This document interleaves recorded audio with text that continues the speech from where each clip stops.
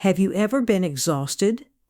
You finally fall asleep and then suddenly wake up at 3 a.m. with your mind racing? Your body is tired, but your brain refuses to turn off. In homeopathy, that pattern actually tells us something very important, because insomnia isn't just insomnia.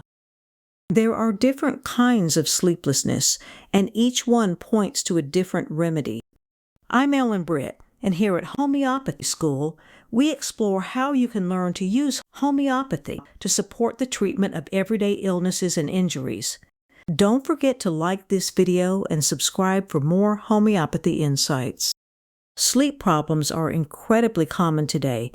Many people struggle to fall asleep, wake up in the middle of the night, or lie awake with a racing mind. And the usual solution offered is some kind of sedative. But homeopathy takes a very different approach. Instead of asking, what can we give to make someone sleep, homeopathy asks a much more important question: why isn't this person sleeping? Because sleeplessness isn't one condition. It has many different causes: mental, emotional, hormonal, or physical. And when we understand the pattern behind the insomnia, we can choose a remedy that helps restore balance so sleep returns naturally. Let's look at some of the most common patterns. One of the most common causes of insomnia is simply a mind that won't turn off. You may fall asleep easily, but then wake up with a flood of thoughts, ideas, plans, worries, or excitement. In homeopathy, one of the best-known remedies for this is coffea cruda. Coffea is helpful when the mind is overstimulated, what many people call monkey brain. The person is mentally alert, almost too awake to sleep.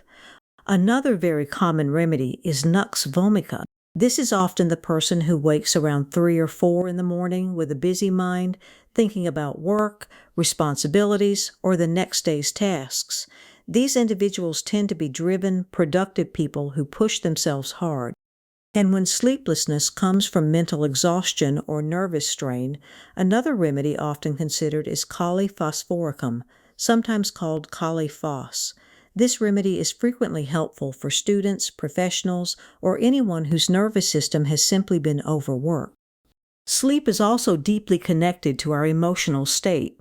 When the mind is troubled, sleep often becomes disturbed. One of the most important remedies in this category is Ignatia amara. Ignatia is often used when sleeplessness follows grief, disappointment, or emotional shock.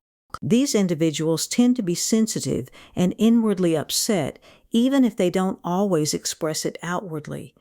Another important remedy is arsenicum album. This remedy is often indicated when someone wakes after midnight with anxiety. The person may feel restless, worried, or fearful, even though their body feels exhausted.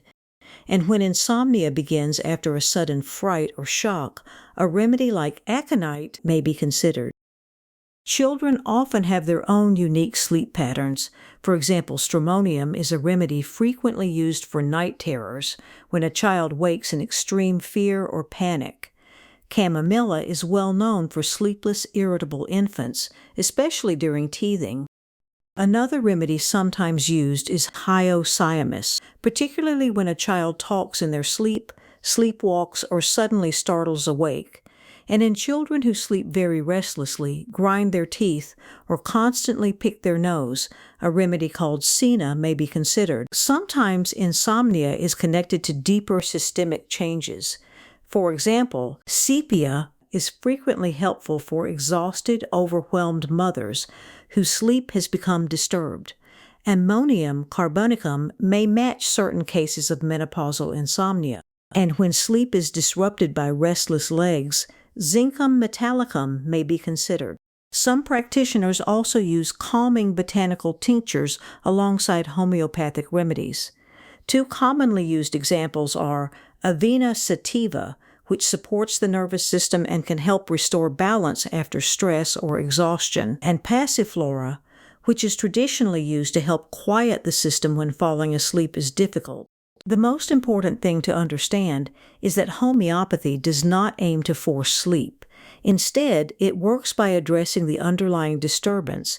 the mental, emotional, or physical pattern that is preventing the body from resting naturally. When the correct remedy is chosen, the body often finds its way back to balance, and sleep returns on its own. If you're a woman who would like to learn how to use homeopathy to care for everyday illnesses and injuries for yourself and your family, you're warmly invited to join our free homeopathy school community. You'll find the link in the description below. Thanks for watching, and I'll see you in the next video.